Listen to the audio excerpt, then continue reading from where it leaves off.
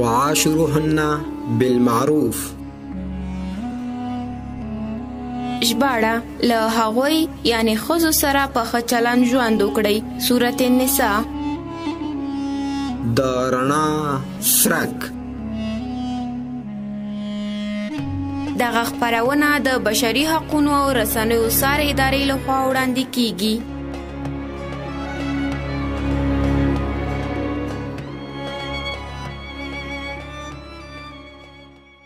سلامونه. د رڼا څرک د خپرونې قدرمنو لیدونکو هرکلی درته وایم. نننۍ خپرونه کې پر یوې داسې موضوع غږیږو چې له دیني لحاظه ډیره حساسه ده او زموږ او ستاسو په ټولنه کې هم ډیره بده ګڼل کیږي. هغه دی طلاق. اصلا طلاق څه شی دی؟ ولې یوه کورنۍ د طلاق تر مرحلو رسیږي؟ د طلاق په اړه اسلامي حکمونه څه شی دي؟ نو د همدې موضوع د بحث لپاره نن راسره په خپرونه کې میلمانه دي. په لغمان کې یو تن دیني عالم مولوي عبدالحد عطي او یو تن فعال ځوان محب رحمان مالیار. تاسو ته ښه راغلاست. ستړي مه شئ. خیر ډېره مننه. مولوي صاحب محترم، پیل به له تاسې وکړو. تاسو راته د طلاق په اړه هغه اسلامي حکمونه بیان کړئ او د طلاق معنا هم راته وکړئ. ښه، بسم الله الرحمن الرحیم. لومړی تاسې ته او ستاسې میلمه ته او ستاسې طریق نه درنو لیدونکو او اوریدونکو ته نیکې هیلې او احترامات وړاندې کوم. تاسې د طلاق تعریف او حکم وویل. د طلاق په لغت کې خوشي کولو ته وایي. یو مرغه یا یو شی تا نیولی بیرته یې خوشي کړي، ده ته طلاق وایي. او په اصطلاح کې د خاوند خانه دا هغه الفاظ دي چې په دې الفاظو ویلو سره د ده او د ښځې ترمنځ دا د نکاح عقد ماتیږي. د طلاق حکم چې دا څه حکم لري، دا په وخت او زمان او شرایطو سره فرق کوي. ځینې وخت کې طلاق واجب ده، ځینې وخت کې مستحب ده، ځینې وخت کې حرام ده، ځینې وخت کې مکروه ده. مختلف حکمونه لري. ځینې وخت کې مباح ده. مباح یعنی جایز. عادي حالاتو کې مباح جایز ده چې ته وکولی شي چې طلاق ورکړي. او ځینې وخت کې که ښځه فاسقه فاجره یا مثلا ښکاره ګناهونه کوي یا اخلاقي فساد باندې اخته وي، په دې باندې تا باندې طلاق او انسان باندې واجبه ده چې طلاق ورکړي ورته. ځینې وخت کې مستحب وي. مستحب معنا ده که طلاق نه ورکوي نو د ښځې او خاوند ترمنځ ضرر منځته راځي، شخړې منځته راځي. نو په دې وخت کې بیا طلاق ورکول مستحب دي. او ځینې وخت کې طلاق مکروه وي. مکروه یعنی ښه نه وي. هغه دا ده چې علت معلوم نه وي او په وړه خبره باندې څوک طلاق ورکوي. نو طلاق چې ده په شریعت کې مختلف حکمونه لري. ما درته ویل چې ځینې وخت کې واجب ده، ځینې وخت کې مستحب ده، ځینې وخت کې مباح ده، ځینې وخت کې مکروه ده او ځینې وخت کې حرام ده. ډېره مننه مولوي صاحب، خوشحاله اوسئ. انشاءالله بېرته راګرځو تاسو ته. مالیار صاحب، له تاسې به واورو، تاسو په دې ټولنه کې اوسېږئ، دلته د طلاق کچه تر کومه حده ده او ټولنیز فکرونه څه دي د دې موضوع اړوند؟ سلام تاسو ته او قدرمن مولوي صاحب ته.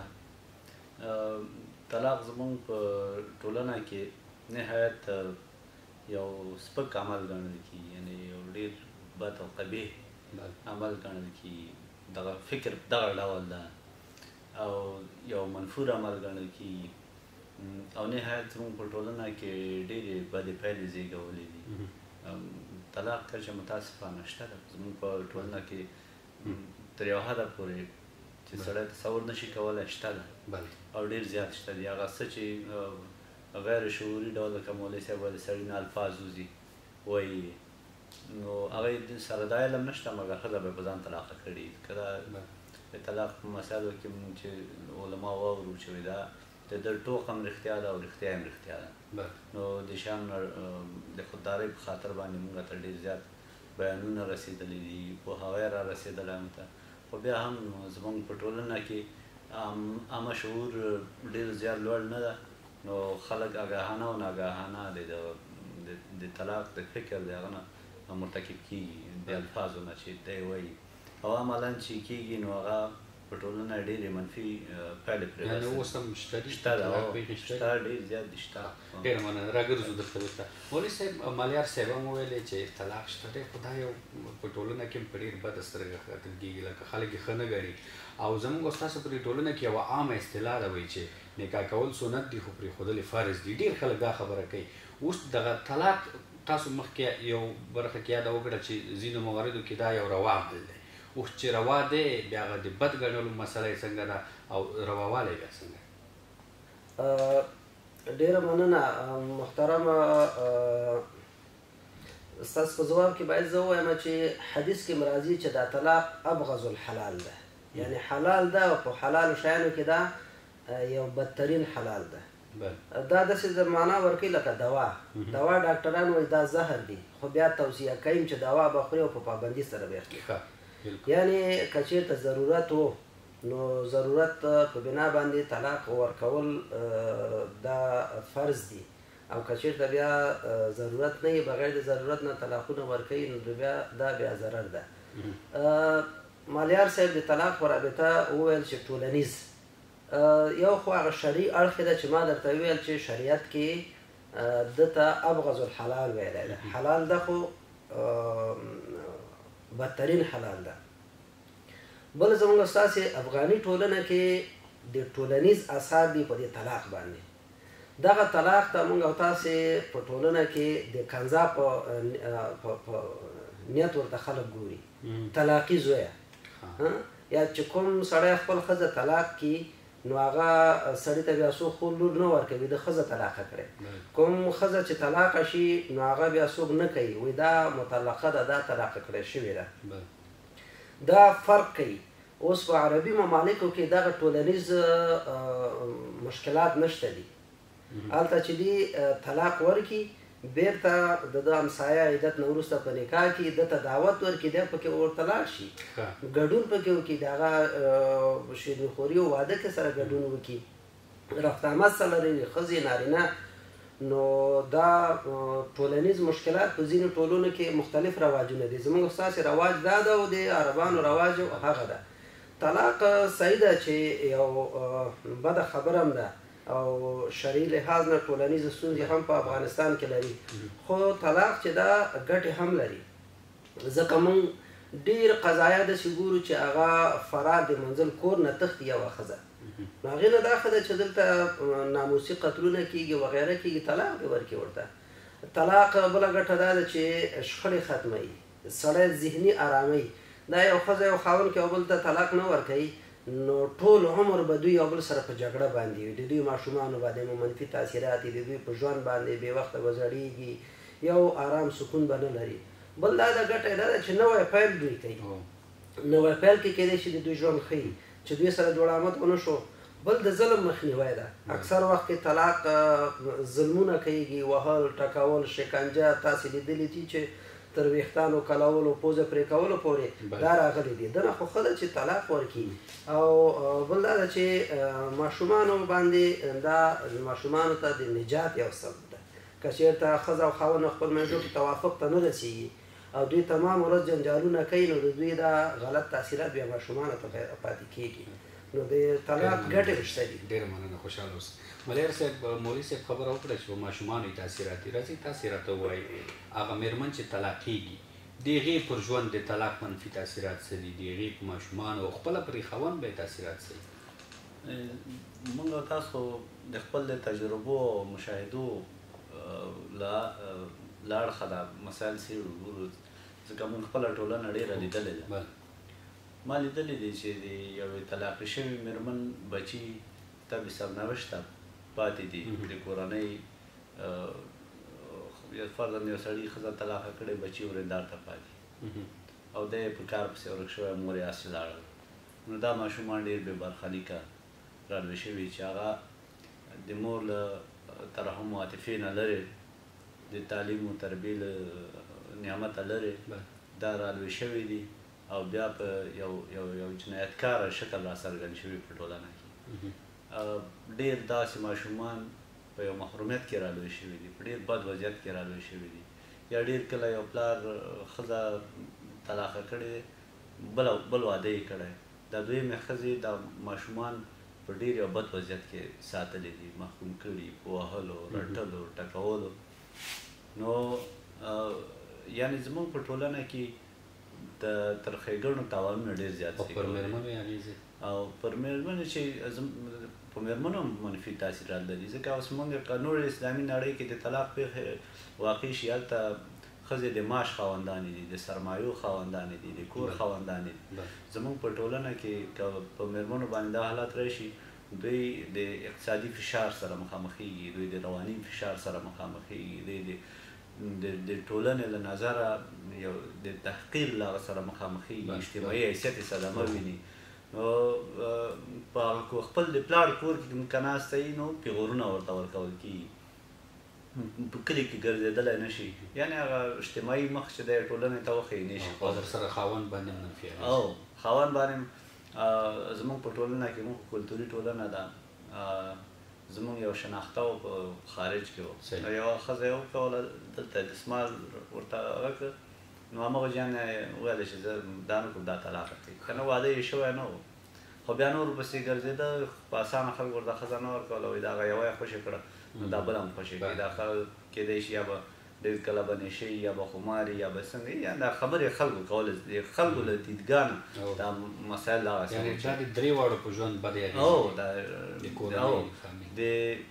د هلک والا د کورني شخصیت باندې هم خلکو ملاحظات پیدا شول، همداسې په هغه هلک باندې ملاحظات پیدا شول، نو هغه ته هم چې په اسانه چا ښځه نه ورکوله، خلک یېرېدل. که نه اوس نن سبا خو دا عادت ګرځېدلی چې خارج کې سړی ګوري نه چې څه رقم یې خو ورکوي، نو په اسانه دلته چا ښځه نه ورکوله. یعنې دا مسایل دي چې هم په نارینه په ښځینه بیا په دواړو فامیلونو دا تاثیرات لري. ډېره مننه مولوي صاحب، خوشحاله اوسئ. مولوي صاحب تاسو راته د طلاق په ډولونو وغږېږئ. طلاق خپله په څو ډوله دی؟ ډېره مننه. مخکې د طلاق ډولونه ته چې راشو، د مالیار صاحب په خبرو تایید باندې غواړم یو څه نکات زه ووایم. یو خبره چې ما نه هېره نه شي هغه دا ده چې په افغانستان کې یو غټ مشکل دا ده چې طلاق اسباب یو دا ده چې د کورنیو مداخلې دي. مور غواړي په خپل زوی باندې فشار اچوي، ښځه د طلاق کړه، یا بدل معامله چې اول خو بدل نکام ناروا ده، بیا چې زما لور یې طلاق کړې ده ته هم ورته طلاق ورکړه، یا مور پلار مداخله کوي یا خواښې مداخله کوي، خپل لور لمسوي چې ته طلاق واخله مېړنه. دغه خارجي بیروني مداخلې چې دي دا یو اسباب دي. او د طلاق ضررونه چې کوم مالیار صاحب ویل د هغه په تایید باندې او په ادامه باندې د طلاق ضررونه یو دا ده چې دا کورنۍ تقسیمېږي، اولادونه زوی لور وروسته به بحث راشو چې اولادونه د چا حقیقي کومه عمره پورې کېږي، بل ماشومانو ته زیان رسېږي، بل که ښځه ده که میړه د ذهني فشار لاندې راځي، بل اقتصادي ستونزو سره مخامخ کېږي، لکه څنګه چې مالیار صاحب ویل که ښځه ده او که میړه دي. دا بل ده. بل دا ده چې دغه د نوي واده ستونزې دي، خصوصا په افغانستان کې چې د سره واده نه هلک کولی شي نه بیا دا نجلۍ کولی شي. دا یو بل ده. بل دا د طلاق کې اکثره هغه شرعي طریقې باندې طلاق نه ورکول کېږي. طلاق نه ورکول شرعي طریقې باندې، نو دا خو د دنیا تاوانونه دي، ورسره آخرت کې متضرر شي چې ګناهګار شي په دې باندې. راځو ستاسې پوښتنې ته. طلاق تاسو وایئ چې په څو قسمه ده، یعنې په کوم لحاظ سره مونږ چې وایي څو تقسیمه راځي. لومړی خو دا لیدونکو ته تشریح کوم چې یو طلاق ده.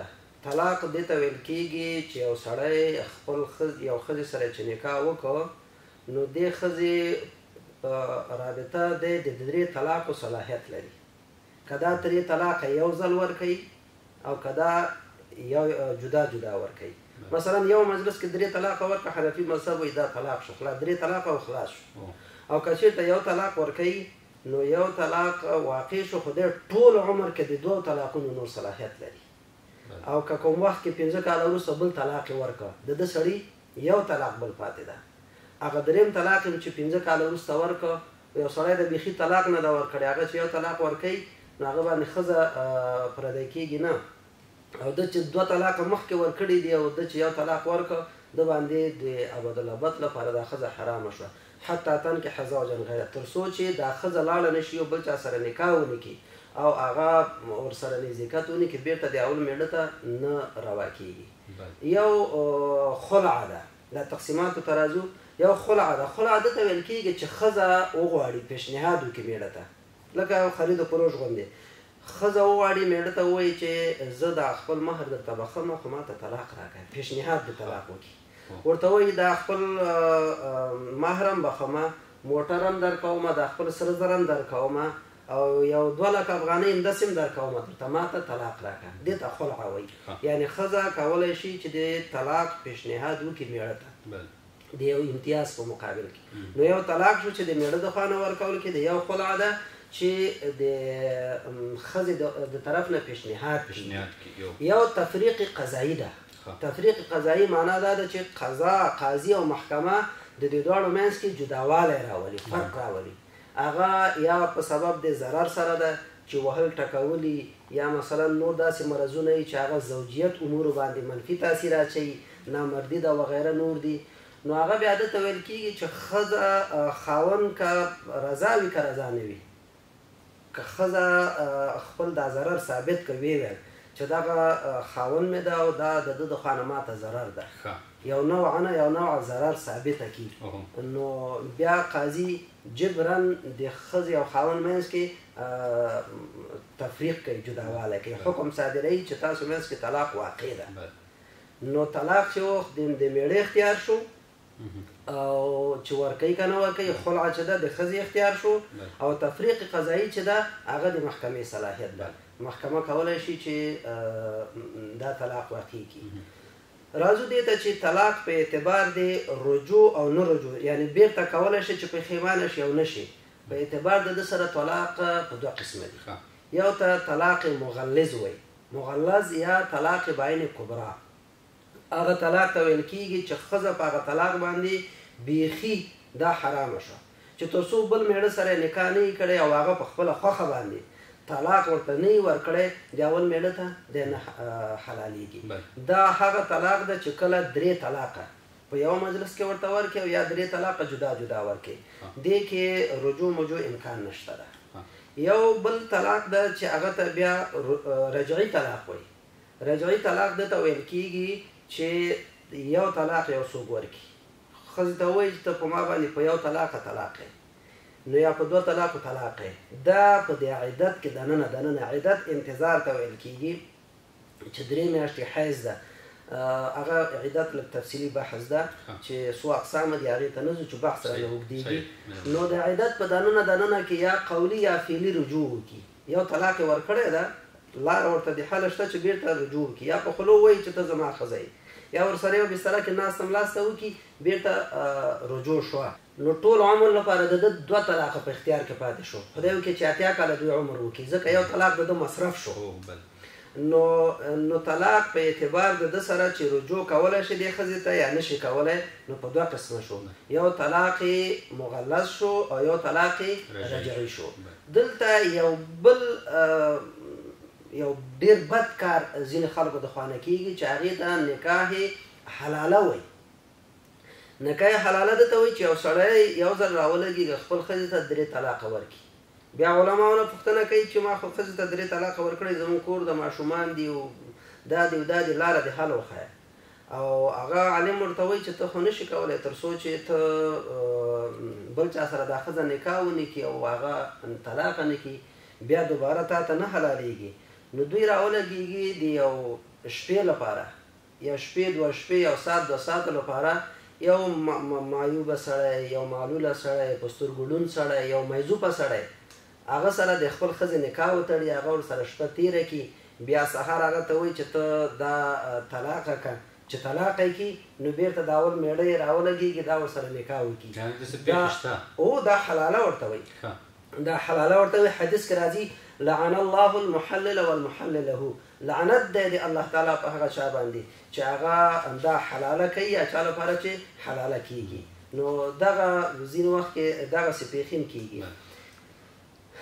بل طلاق چې ده په اعتبار د الفاظو سره ده په اعتبار د الفاظو سره طلاق هم په 2 قسمه ده هغه په اعتبار د رجوع او نه رجوع سره وه چې یو مغلظ و یو رجعي و دلته په اعتبار د الفاظ کوم الفاظ چې ته استعمالوي په اعتبار د الفاظو سره هم په 2 قسمه ده یو ته طلاق صریحي وي یو ته طلاق کنایي وي طلاق صریحي دې ته ویل کېږي چې طا لام قاف پکې استعمال شي ما طلاق کړی زما طرف نه طلاق یې ته طلاق یې نو دا صریحي طلاق ده او طلاق کنایي دې ته ویل کېږي چې کنایاتو کې ورته وایي زما د کور نه ووځه ته زما کور ته نور نشي داخلېدلی نور زما ښځه نه یې دغسې الفاظ دلته کنایي الفاظ وایي. نو په اعتبار د الفاظو سره په دوه قسمه ده، یو صریحي ده یو کنایي ده. او بل یو قسم طلاق ده چې هغه ته طلاق په اعتبار د هغه شرعي طریقې سره په دوه قسمه دي. بیا یو ته طلاق بدعي سني وایي او بل ته بدعي وایي، یعنی سنت طریقې طلاق او بدعت طریقې ناروا طلاق. روا طلاق او ناروا طلاق داسې ورته ویلی شو. روا طلاق دا ده چې ته یوې ښځې ته طلاق ورکوې، هغه ښځه به حایضه نه به وي او په طهر کې به وي، پاکوالي کې به وي. ځکه ښځه په حیض حالت کې خاص هم د سړي ښځې نه نفرت راځي، نو په پاک حالت کې به ته د طلاق ورکوې. بل دغه پاکوالي کې به تا ورسره نزیکت نه یې کړی، ځکه چې نزیکت دې وکړه اصل دا ښځه ستا بدې راځي، خو تا ورته نزیکت نه ده کړی او پاکه ده. او بیا او بل دا ده چې 3 طلاقه یو ځل ور نه کړي. نو دا طلاق سني طریقه، مشروع طریقه او روا طریقه طلاق دا ده چې 3 طلاقه یو ځل ور نه کړي، په طهر کې پاکوالي کې طلاق ورکړي او په دې طهر کې تا یو سړی ورسره هغه نه یې کړی، نزیکت نه یې کړی، نو دته طلاق سني وایي. او طلاق بدعي یعنی بدعت طلاق، ناروا طلاق دا ده چې ته یو سړی راولګېږي هغه په 3 طلاق باندې طلاق ورکړي، یا په د حیض په حالت کې دا طلاق ورکړي ورته، او یا مثلا چې جماع کړی هغې نه وروسته ورته طلاق ډېره مننه مولوي صاحب، خوشحاله اوسئ. کوربات ملیار صاحب، په ټولنه کې د طلاق شوې ښځې حیثیت څه دی او خلک ورته په کومه سترګه ګوري؟ موږ مخکې هغه زغلنده نظر پرې باندې وکړو، نو د ښځې دپاره زیانونه بیخي ډېر دي د نارینه نه. نو نارینه خو کار کوي، روزي ګټلی شي، ښځه بیچاره به هم سپېړ خواره شي هم ډوډۍ خوړه شي. په که بختوره یې د ورونو کور کې، خو ورونو کور ولري هلته به وي، که ورونه یې یاغیان او باغیان یې ورندارګانې ورسره ښې نه وي، هلته یوه بله بدبختي چې نه هغه کور کې د هغه خوندي ابرو خوندي او نه له کوره بیرون په کور و کلي کې چا سره خبرې کولی شي، ځکه هغه د پیغورونو د سونامي لاندې دونه چې نشي کولی چې هغه خپل عزت نفس صدمه ګوري، اجتماعي حیثیت صدمه ګوري، هغه ذهني شکنجو لاندې رواني تکلیفونه ورته وي. نور دا د دې جوګه نه وي چې چا سره د دلایلو یا هغه خبره وکړي، د هغه مرال بایللی وي، نو ډېر زیات تاوان ورته کوي. او نارینه خو هم که موږ پرې باندې بحث کوو چې نارینه هم بدنامه کېږي زموږ په ټولنه کې. تاسو پیل کې ویلې چې په ټولنه کې اوس هم د طلاق پېښې شته دي. اصلا هغه کوم عوامل دي چې طلاق ته لاره هواروي؟ ډېر زیات چې دي دا اقتصادي عوامل دي زموږ، چې ډېر زیات بارز دي او ډېر زیات منفي تاثیرات لري. هغه زموږ او تاسو په ټولنه کې غربت ده، فقر ده، نو محرومیتونه دي. دغه شیان د دې لامل کېږي چې دا قصې تر طلاقه پورې لاړ شي. یو چا ښځه واده کړي، والا پلار د موږ نه مصرف ډېر اخیستی، ټول عمر ورته هغه پېغور کړي، والا ورونه د موږ سره ښه نه کوي، برخورد نه کوي. او دغسې د کور کې دا ښځه یوازې د سړي ښځه نه وي، بیا د خواښ هم ښځه وي، د لورم ښځه وي، د بل هم بس د هر چا فرمان برداره وي، د هر چا سپېړ خواره وي. نو په دې یو ځان باندې یوه ښځه بیا د دې ټول کور هم د خبرو بو جوړي، هم د کار بو جوړي، او هم د دوی د دغه مسایلو د مخنیوي لپاره څومره کار شوی؟ کار شوی، مګر ډېر کار ته ضرورت ده، ډېر مزل ته ضرورت ده، ځکه زموږ ټولنه څنګه چې دا محرومه ده، محرومیت یې له بې علمۍ ده، فقیره ده، دوی د علم د فقر سره مخامخ دي. همدغسې د فرهنګي او کلتوري ځینې قصې دي چې اسلامي ارزښتونه ورنه پاتې دي او وایي چې دا پښتو ده، یو د جهالت په قصو کې راګیر دي. نو ډېر زیات کار ته ضرورت لري چې ټولنه باسواده نه شي او باعلمه نه شي. همدغسې زموږ علما، زموږ رسنۍ، زموږ معلمین، فرهنګي خلک، دغه ټول په دې مسایلو کې چې ټولنه روشنګرۍ خواته بوځي، ټولنه ویښه کړي، بیدارۍ خواته بوځي، تر څو موږ د دغه قصو له هغه نه کم شي، دا حجم په موږ را کم شي. کنه ډېر زیات حجم ده په دې. مولوي صاحب، تاسو ته راځو. هر هغه کور کې چې طلاق واقع شي، مېرمنه ترې لاړه سي، د ماشومانو برخلیک څه دی؟ ماشومان به چا ته ورکول کېږي؟ مور ته یا به پلار سره پاتې کېږي یا د دوی واک دی؟ دغه مسله لږ روښانه کړي. ښه، نو کله چې طلاق واقع شي او ماشومان خو دي د پلار، ماشومان د پلار، هلکان او نجونې دواړه، هلکان او نجونې دا د پلار دي، د دوی نفقه په پلار باندې ده او دا د پلار دي تر څو چې بالغان شوي نه وي. چې کله بالغان شول بیا د دوی خپل اختیار د مور سره اوسېږي، پلار سره اوسېږي، که مستقل ژوند کوي دا بیا مستقل انسانان دي. او هغه نیکي جدا خبره ده چې خپل د مور احترام کوي، د پلار احترام کوي. خو یو د حضانت موضوع ده، حضانت موضوع بیا جدا ده. حضانت موضوع دا ده چې کله طلاق ورکول کېږي نو هلک چې ده تر 7 کلنۍ پورې دا باید مور سره پاتې شي، یو جلۍ چې ده تر 11 کلنۍ پورې مور سره پاتې شي. هلک 7 کلنۍ پورې او جلۍ چې ده 11 کلنۍ پورې دا مور سره پاتې کېږي. او خو نفقه یې بېرته په پلار ده، مصارف یې په پلار باندې دي. چې کله هلک 7 کلنۍ نه واوښته او جلۍ 11 کلنۍ نه واوښته بیا دا د پلار حق ده او دا بیرته پلار ته ورکول کېږي تر بلوغه پورې. چې کله بالغان شول بیا دوی مستقل انسانان دي چې هر رقم ژوند کوي او هر شی کوي. ډېره مننه. او دغه طلاقه شوې مېرمن بیا د دویمې نکاح په برخه کې څومره واکمنه؟ لکه موږ چې په نورو مسایلو کې وو چې یوه کونډه دا اختیار لري چې په خپله انتخاب وکړي چې زه دغه سړی د دویم ځل لپاره میړه کوم یا نه کوم. بیا دغه طلاقه شوې مېرمن څومره واکمنه ده دې برخه کې؟ که طلاقه شوې مېرمنه وي، که کونډه وي او که پیغله وي، دا شریعت ورته حق هم ورکړی د امیرالمؤمنین فرمان هم ده. دوی خپل د انتخاب حق لري، کولی شي چې هر چا سره نکاح کوي. احمد محمود سره پخواني میړه سره خو نشي کولی که بل چا سره نکاح وکړي دویم ځل لپاره بېرته دلته هم ګرځېدلی شي. یعنې په ده باندې شرعي کوم محدودیت نشته ده.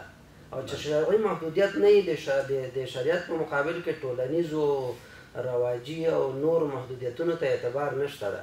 دا یو خپلواک انسانه ده، اصیله انسانه ده چې هر رقم انتخاب به په خپله خوښه باندې به کوي. بلې، ډېره مننه. ملیار صاحب اوس دغه انتخاب چې په خپله خوښه کوي بیا خلک دغه دومې نکاح ته د دې مېرمنې په ټولنه کې په کوم نظر ګوري؟ څه وایي دا خلک؟ او تاسو فکر وکړئ چې طلاقه شوې مېرمن یا کونډه ښځه دا زموږ په ټولنه کې داسې دي یو چا هغه کېږي چې هغه 7 کلن نور په خیم قبر کې ځوړند دي او نور زیاتي له هغه نه اولېدلی وي، هغه اجتماعي فعالیت نه، کار نه، نو د دې ښځې سیال نه وي. که همداسې طلاقه شوې هم وي نو د دې هغه چې دې څومره عمر ده په دغه عمر ورته څوک نه حاضرېږي چې ویې کوي. نو دا هم پاتې یو داسې یو سړي ته چې هغه ته نور څوک ښځه نه ورکوي. نو دا یو منفي تاثیر ده زموږ په ټولنه کې په دې باندې. اوس داسې ویل کېږي چې دغه د ټولنیزو رسنیو ډېر استعمال، فیسبوک، ټویټر، یوټیوب، دا نور دې وایي په ټولنه کې د طلاق پیښې زیاتې کړي. دا خبره څومره سمه ده؟ زموږ په ټولنه کې خو باید دې تاثیرات ځکه کم وي چې ډېری کورنۍ دغه شیان نه کاروي. اجتماعي رسنۍ زموږ په فامیلونو کې ډېر نه کارېږي. خو که یې هغه ډېر د نارینهو په لاس کې نو دغه قضایاوې چې دا ډېر زموږ او تاسو یو کلتوري ریښې لري، دا د ټولنیزو رسنیو کومې ریښې نه لري. خو دا کوي اوس دا غرب کې آنلاین نکاحګانې دي، خوښ یې کړه هغه یې کړه. زموږ په وطن کې داسې نشته ده. هلته دا کچه کمه ده. او دا کمه ده، تاثیرات کم دي. صحیح ده. ډېره مننه. مولوي صاحب د بحث وروستیو ته رسېدلي یو. که تاسو دا پوښتنه راته جواب کوي، په دې ټولنه کې ځینې داسې خلک شته دي په واړو واړو مسایلو باندې دی طلاقونه اچوي او خبره معلومه نه وي، په مجلس کې هم ناست وي وایي چې طلاق موضوع یاده کړي یا په خپل ښځه باندې طلاق واچوي. دغسې خلکو په اړه حکمونه څه دي؟ تاسو په دې اړه څه وایي؟ ډېره مننه، ډېر ښایسته پوښتنه دې وکړه. واقعا دا اندازه موږ علماو ته، مفتیانو ته معلومیږي چې بیا څومره پیغامونه کوي، څومره زنګونه وایي، څومره علماو پسې دوی لالهان ګرځي. حتی دومره بې احتیاطي کېږي یو هوټل کې 2-3 ملګري انډیوالان د صمیمي ډوډۍ وخوري، یو وایي زه پیسې ورکوم، دی بل وایي زه ورکوم، دا بل وایي چې که تا ورکړې ما باندې ښځه په 3 تیږو طلاق کوي. اوس دا ښځه نازکه ده، د لوبو شی ده، څه شی ده؟ یو شی ده چې تعلیقي طلاق ده ته وایي. تعلیقي طلاق معنا دا ده که ته د فلانکي کور ته لاړې نو ما باندې په 3 تیږو باندې طلاق کوي.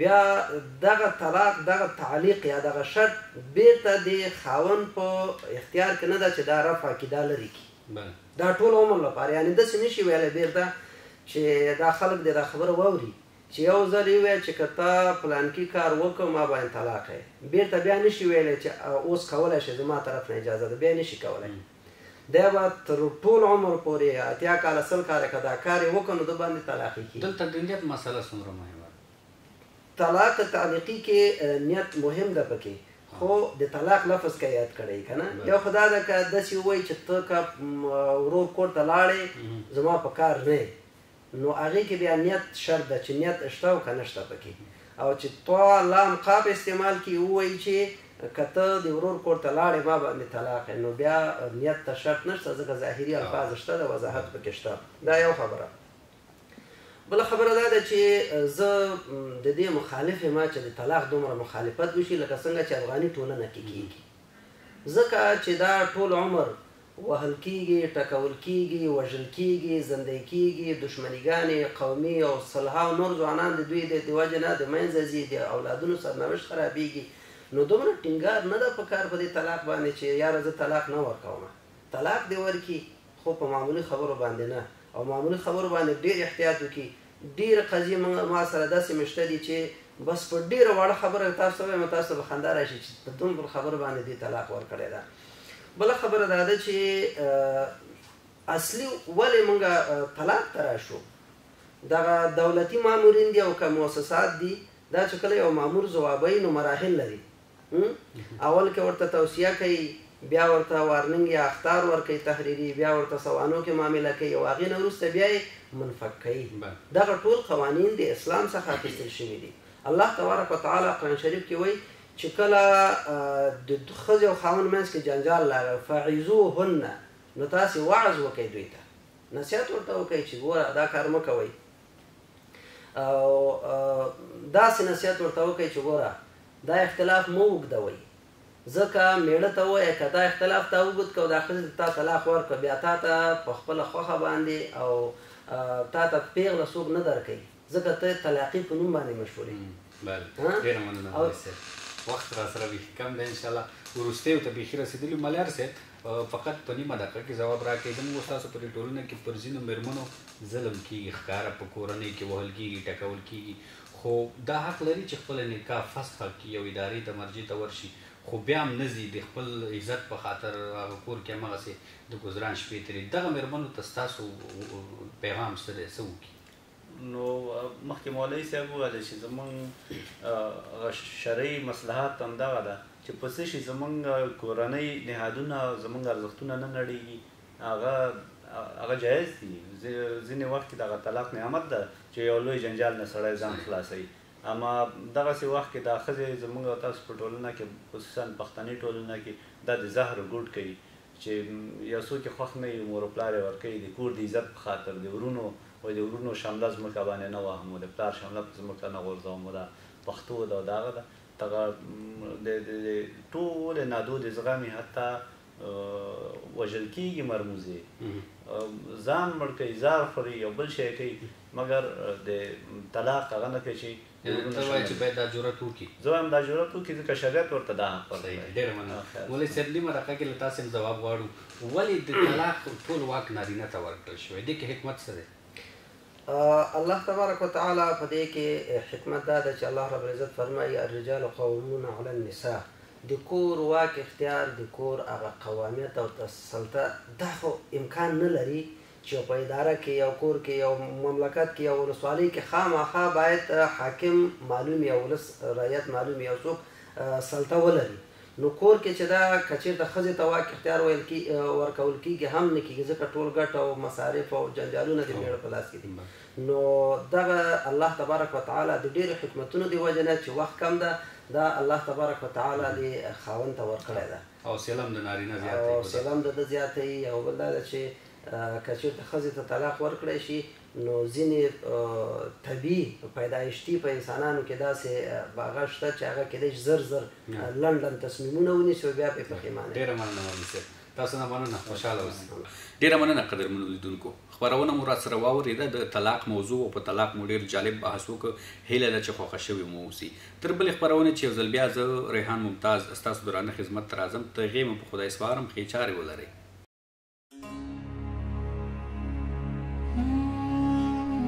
وعاشروهن بالمعروف.